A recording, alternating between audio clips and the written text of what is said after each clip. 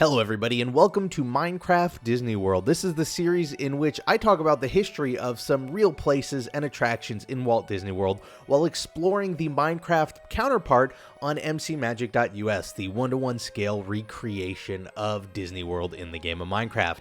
Now today we are taking a look at the biggest of icons when it comes to Walt Disney World, arguably the most popular icon at Walt Disney World, and that is Cinderella's Castle in the Magic Kingdom. Now, as the name implies, Cinderella's Castle was heavily inspired by Cinderella's Castle from the Disney animated feature Cinderella.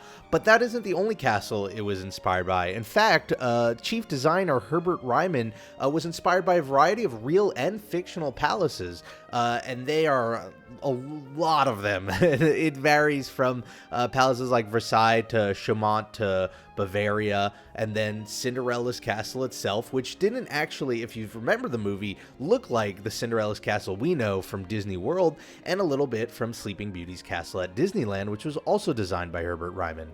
It took construction workers 18 months to put together Cinderella's Castle, and when it was completed in July of 1971, it stood at 189 feet tall, which was more than 100 feet taller than Sleeping Beauty's castle over in Disneyland, and most importantly, it was under 200 feet tall. Now, it's important that it was under 200 feet tall because FAA regulations stated that anything over 200 feet in Florida needed to have a flashing red light on it so that low-flying aircraft would be able to see them easily. By keeping it slightly under that, they can avoid putting a red light on there and ruining the magic of what is supposed to be a fantasy castle.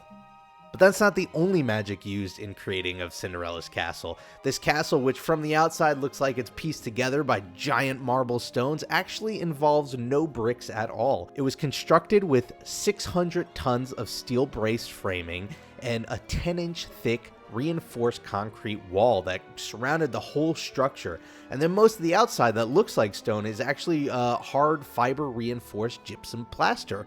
So it looks like it's old, it looks like it's made of stone, but it actually isn't one bit.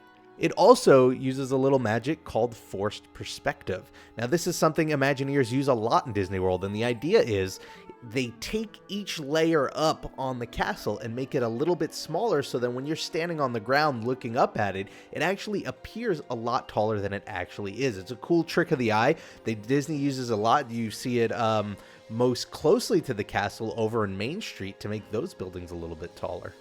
And of course, Cinderella's castle would not be as iconic as it is without a couple of urban legends. Chief among them is this rumor that they built Cinderella's castle so that it could be disassembled in case there was ever a really big hurricane headed to Disney World. This actually isn't really true. It would take months to take apart the castle. It would require really tall cranes, which would be even more dangerous in winds like that. So Disney went the simple route, and the route that most buildings do, which is they just built it really tough, and it can withstand winds of up to 110 miles an hour and more. Another cool fact about the castle, there are actually 27 towers in total on the castle, and they're all numbered. However, they're numbered between 1 and 29. So where are those other two towers? Well, those two towers number 13 and 17, were actually removed from the plans before construction when it was realized that at any point in the park, you wouldn't have been able to see towers 13 and 17. So if you couldn't see it, there was no need for it. They removed it from the plans, but the numbering stuck. And so out of the 27 towers, you have 1 through 29. Now, this castle has gone through a number of transformations over the years.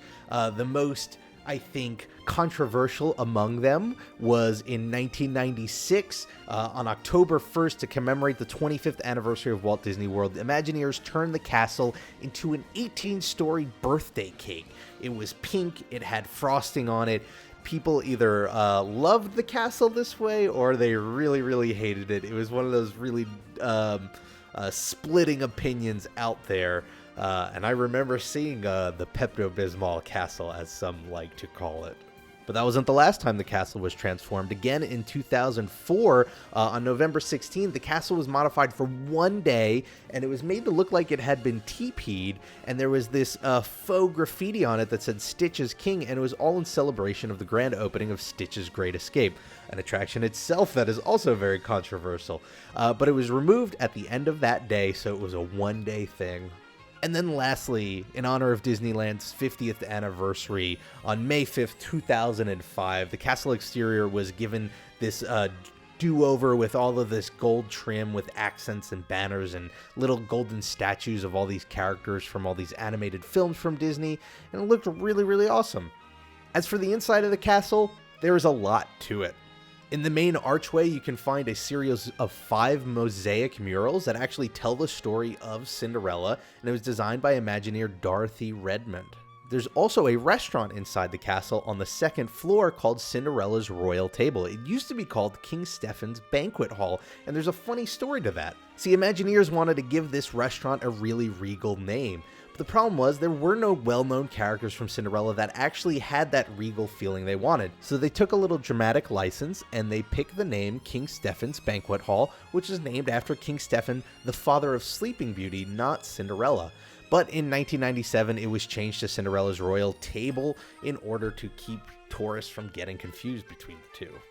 Another cool little piece of information about that restaurant, if you've ever eaten there, is that if you look around, you see all of these coats of arms on display on the walls. These are actually family seals, and in many cases, they're the real family seals of a lot of people who had a very heavy involvement with Disney World. This included famous animator Mark Davis. This included Walt's brother, Roy Disney, his daughter, Diane Disney Miller. It included John Hench, famous Imagineer, Dick Nunis, who is chairman of Walt Disney Attractions, Marty Sklar, arguably one of the most famous Imagineers out there, among others. So there you have it, just a quick look at the history of one of the most famous castles, not only in Disney lore, but you could argue one of the most famous castles in the world, Cinderella's Castle.